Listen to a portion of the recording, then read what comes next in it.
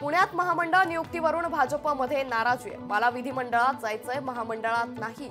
श्रीनाथ भिमालेंनी पर्वतीत लढण्याचा निर्धार कायम केल्याची माहिती आहे।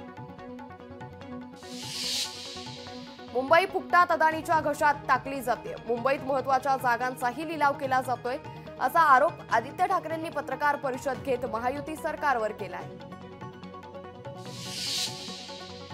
पुण्यातील 7ही टेकड्या पोलिसांच्या अंतर्गत नियंत्रित होणार आहे। बोबदेव बलात्कार प्रकरणानंतर पुणे पोलिसांकडून हा मोठा निर्णय घेण्यात आलाय। भारताचे परराष्ट्र मंत्री पाकिस्तानात येणं ही एक सुरुवात आहे। पंतप्रधान नरेंद्र मोदी स्वतः पाकिस्तानात आले असते तर अधिक चांगलं झालं असतं। भारत पाकिस्तान संबंधावर नवाज शरीफ यांनी वक्तव्य केलंय। शेख हसीनांच्या अडचणीत वाढ झाली आहे। शेख हसीनांविरोधात बांगलादेशच्या कोर्टाकडून अटक वॉरंट जारी करण्यात आलंय। जरांगेंकडे मराठ्यांसोबत मुस्लिम समाजाचीही गर्दी झाली आहे। मराठवाड्यात मराठा आणि मुस्लिम समाज एकत्र लढण्याची शक्यता असून जागा वाटपाच्या चर्चेत मुस्लिम समाजाचा मोठा सहभाग आहे। धाराशिवमधील भूमपरंडा वाशी विधानसभा मतदारसंघासाठी प्रवीण रणबागुल यांना वंचित बहुजन आघाडीची उमेदवारी जाहीर करण्यात आली आहे। प्रवीण रणबागुल यांची उमेदवारी जाहीर झाल्यानंतर कार्यकर्त्यांमध्ये जल्लोष साजरा करण्यात आला। परिवर्तन महाशक्ती आघाडीत 150 जागांवर सहमती आहे। शरद पवारांचं आश्वासन पावसात वाहून गेलं असं म्हणत शेतकऱ्यांना दिलेल्या आश्वासनावरून राजू शेट्टींनी पवारांवर निशाणा साधलाय। सर्वात डागाळलेला माणूस म्हणजे फडणवीस। फडणवीसांनी फक्त वार करण्याचं काम केलं। मनोज जरांगे पाटलांनी फडणवीसांवरती हल्लाबोल केलाय। नाशिक पश्चिम मतदारसंघातील भाजप आमदार सीमा हिरेंच्या उमेदवारीवरती टांगती तलवार असल्याचं कळतंय। भाजप पदाधिकाऱ्यांचाच हिरेंना विरोध केल्याची सूत्रांची माहिती आहे। विधानसभा निवडणुकीची आचारसंहिता लागली असून पैठण विधानसभा मतदारसंघाची निवडणूक प्रक्रिया पार पाडण्यासाठी यंत्रणा सज्ज झाली आहे। प्रियंका गांधींविरोधात वायनाडमध्ये सीपीआयचा उमेदवार जाहीर करण्यात आलाय। सीपीआय पक्षाकडून सत्यन मोकेरी निवडणूक लढवणार आहेत। सलमान खानच्या सुरक्षेवर दिल्लीत फडणवीस शहांमध्ये चर्चा झाल्याची माहिती आहे। सुरक्षेची माहिती देण्यासाठी मुंबई पोलीस दिल्लीत दाखल झाल्याची लोकशाही मराठीला सूत्रांची माहिती आहे। विधानसभा निवडणुकीच्या पार्श्वभूमीवर भाजप प्रभारी भूपेंद्र यादव यांनी भाजप प्रवक्त्यांची बैठक घेतली। या बैठकीत फेक नरेटिव्ह खोडून काढण्याचं टार्गेट प्रवक्त्यांना देण्यात आलंय।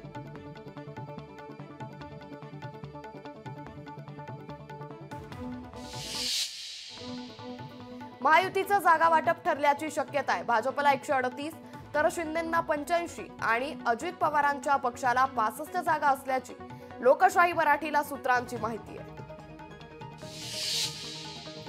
आम्ही धाडस केलं नसतं तर भाजपच्या त्यागाला काय महत्त्व होतं। आमदारक्यापणाला लावून आम्ही गुवाहाटीला गेलो म्हणून भाजपची सत्ता आली। शिवसेनेचे आमदार शहाजी बापू पाटील यांनी थेट गृहमंत्री अमित शहांना सवाल केलाय। विधानसभा निवडणुकीच्या अनुषंगानं राज्यातील मोठे नेते आता विधानसभेच्या आखाड्यात उतरणार आहेत। मुख्यमंत्री एकनाथ शिंदे यांचे निकटवर्तीय म्हणून असलेले संजय शिरसाट हे देखील निवडणुकीसाठी तयारी करतायत।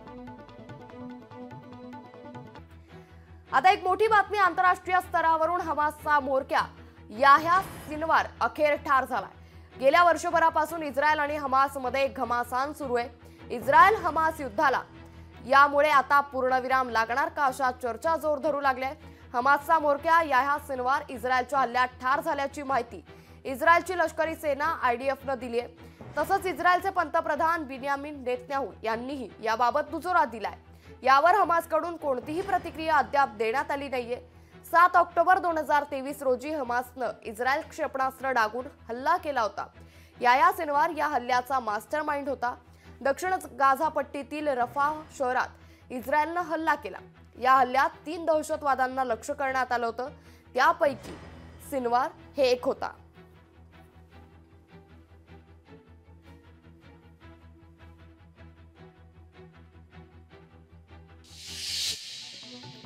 वाशिम शहरात आचारसंहितेचा भंग होताना पाहायला मिळतोय। भाजपच्या वतीनं देवाभाऊ या आशयाचे बॅनर अजूनही शहरात झळकतात। आचारसंहिता लागू झाली आहे, मात्र याकडे जिल्हा प्रशासन बघ्याची भूमिका घेतंय का असा सवाल उपस्थित केला जातोय। विधानसभा निवडणुकीची आचारसंहिता लागल्यानं अमरावती महानगरपालिकेनं शहरातील 2,500 पेक्षा अधिक बॅनर काढले। आचारसंहितामुळे मनपाची कारवाई सुरू असून राजकीय पक्षासह सर्वच अनधिकृत बॅनर हटवले गेलेत। वाशिमच्या बंजारा समाजाची काशी असलेल्या पोहरा देवीचं अजूनही पंतप्रधान नरेंद्र मोदींचे बॅनर झळकत असल्याचं पाहायला मिळतंय। याकडे जिल्हा प्रशासन काय कारवाई करणार हे पाहणं महत्त्वाचं ठरणार आहे। काँग्रेसकडून नांदेड लोकसभा पोटनिवडणुकीची उमेदवारी जाहीर करण्यात आली आहे। लोकसभा उमेदवारीची माळ काँग्रेसनं रवींद्र चव्हाणांच्या गळ्यात घातली आहे। रवींद्र चव्हाण हे दिवंगत खासदार वसंतराव चव्हाण यांचे पुत्र आहेत। परभणीत वंचितचा उमेदवार जाहीर करण्यात आलाय। पाथरी विधानसभा मतदारसंघात उमेदवार जाहीर करण्यात आला असून माळी समाजाचा उमेदवार दिल्यानं चुरस वाढणार आहे। पृथ्वीराज चव्हाण झोपेतून उठल्यासारखं बोलतात। लाडकी बहीण योजना तुमची होती तर अंमलबजावणी का केली नाही असं प्रत्युत्तर शिंदे गटाच्या संजय शिरसाट यांनी काँग्रेस नेते पृथ्वीराज चव्हाणांना दिलंय। अमरावतीत आमदार रवी राणा यांना धक्का बसलाय। जितू दुधाणेंनी रवी राणांकडे राजीनामा पाठवला असून संघटनेत घुसमट होत असल्याचं सांगत संघटनेला सोडचिठ्ठी दिली आहे। समाजवादी पार्टीनं महाविकास आघाडीकडे 12 जागांची मागणी केली आहे। समाजवादी पार्टीसोबत चर्चा केल्याशिवाय उमेदवारांची यादी जाहीर करू नये समाजवादी पार्टीचे नेते अबू आझमी यांनी महाविकास आघाडीच्या नेत्यांना इशारा दिलाय। रासपच्या अमोल सातकरांनी पवारांवरती हल्लाबोल केला। महादेव जानकर बारामती विधानसभेला उमेदवार देणार, पवारांच्या नुरा कुस्तीला बारामतीकर कंटाळले असं वक्तव्य अमोल सातकरांनी केलंय। महादेव जानकर पदासाठी बाहेर पडले नसून पदही त्यांच्यासाठी चिल्लर प्रमाणे। राष्ट्रीय समाज पक्षाचे बारामतीचे उमेदवार संदीप चोपडे यांनी महादेव जानकरांबद्दल विश्वास व्यक्त केलाय।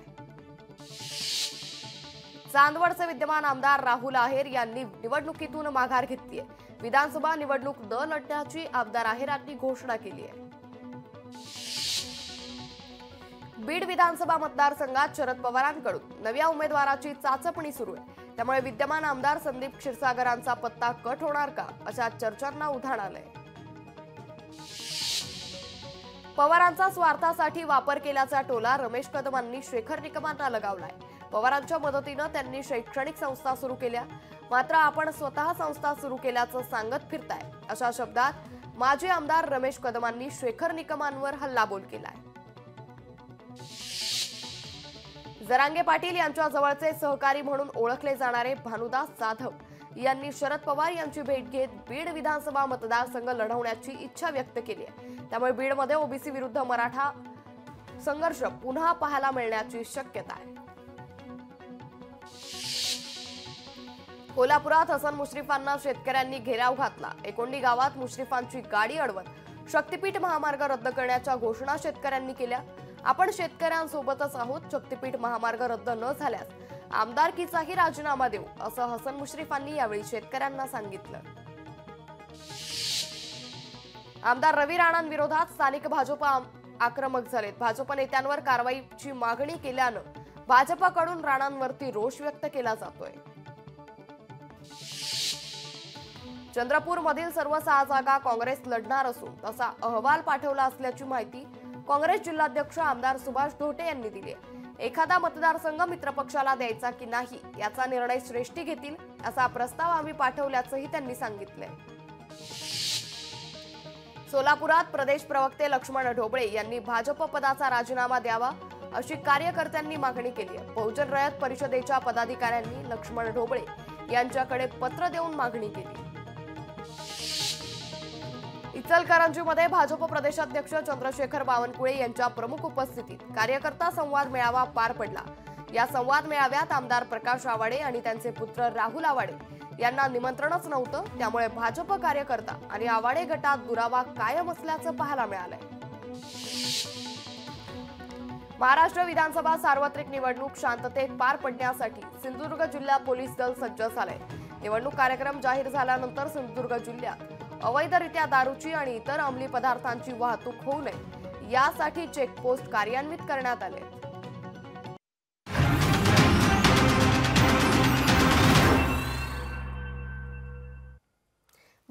तुम्हा सगळ्यांचं पुन्हा एकदा स्वागत। आता उर्वरित महत्त्वाच्या बातम्यांचा वेगवान आढावा घेऊयात। सोनं चांदी पुन्हा महागलंय। सोनं 1100 तर चांदी 1700 रुपयांनी महागली आहे। दिवाळीपर्यंत सोनं 80,000 तर चांदी लाखांच्या घरात पोहोचण्याची शक्यता आहे। सलमान खानला Y+ दर्जाची सुरक्षा देण्यात आली आहे। बाबा सिद्दीकींच्या हत्येनंतर सरकारनं हा निर्णय घेतलाय।